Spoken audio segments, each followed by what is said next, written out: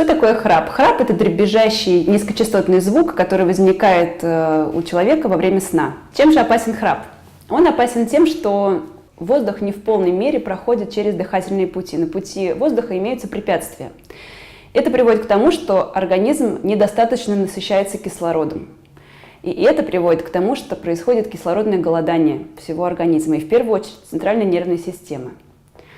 У людей это вызывает серьезные жалобы, начиная с чувства недосыпа и заканчивая серьезными проблемами, головной болью, патологией сердца, почек и центральной нервной системы.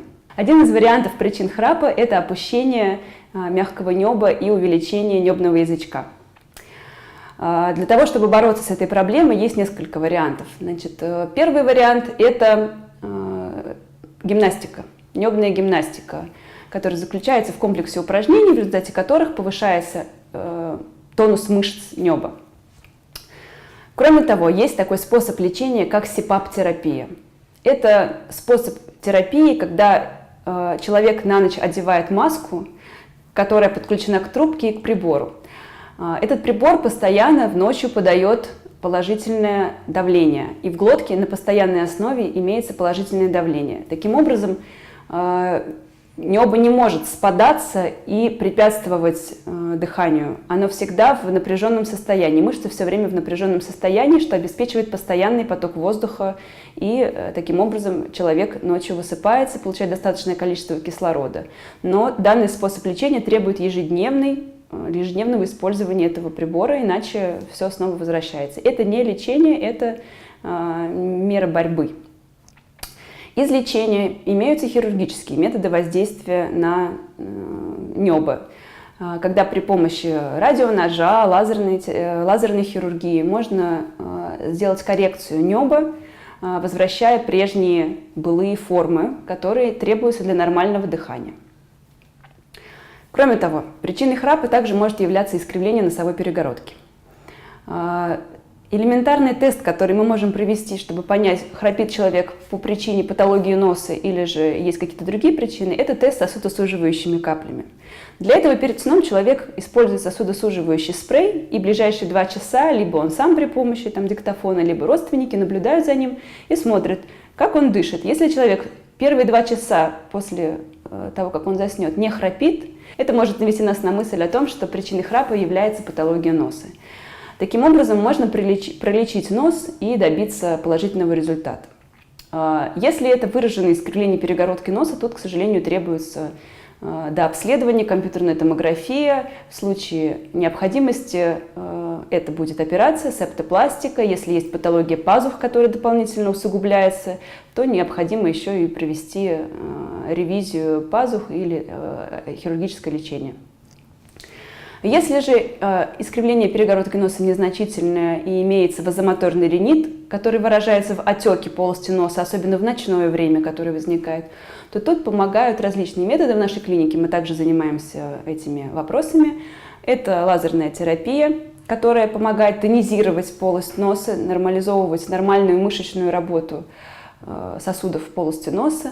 А также это могут быть внутриносовые блокады лекарственных средств, которые также помогают нормализовать данную ситуацию.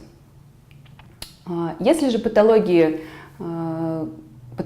имеется у пациента патология гортани, вызывающая храп, то тогда тоже необходимо дифференцировать, что же это за проблема. Если это разрастание дополнительных образований, то тут необходимо хирургическое лечение. Самое опасное в храпе – это синдром обструктивного апноэ сна. Это ситуация, при которой у человека во время сна производятся остановки дыхания. То есть человек спит спокойно, храпит, и потом на несколько секунд затихает. Несколько секунд нет никакого дыхания, и потом с громким звуком снова возникает дыхание. Это состояние крайне опасно, потому что за это время человек не дышит, и кислород вообще не поступает в организм, соответственно, страдает головной мозг. Эти эпизоды бывают частыми и доходят до 50 эпизодов за ночь, что крайне опасно. Прежде чем понять, какой способ лечения производить пациенту, необходимо провести исследование сна, полисомнография и кожная пульсоксиметрия.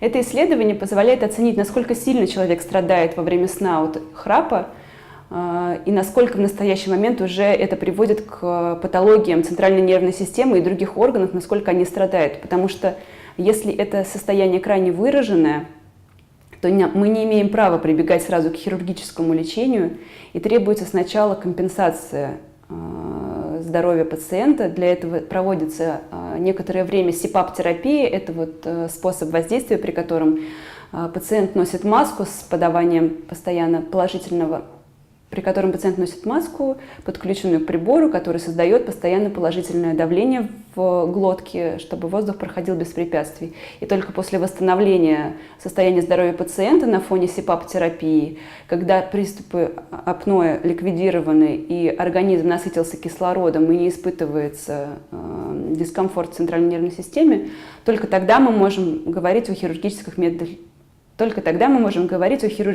методах лечения. Тогда пациент уже готов к прибеганию к таким методам. Конечно, храп – это проблема современности, она давно известна всем.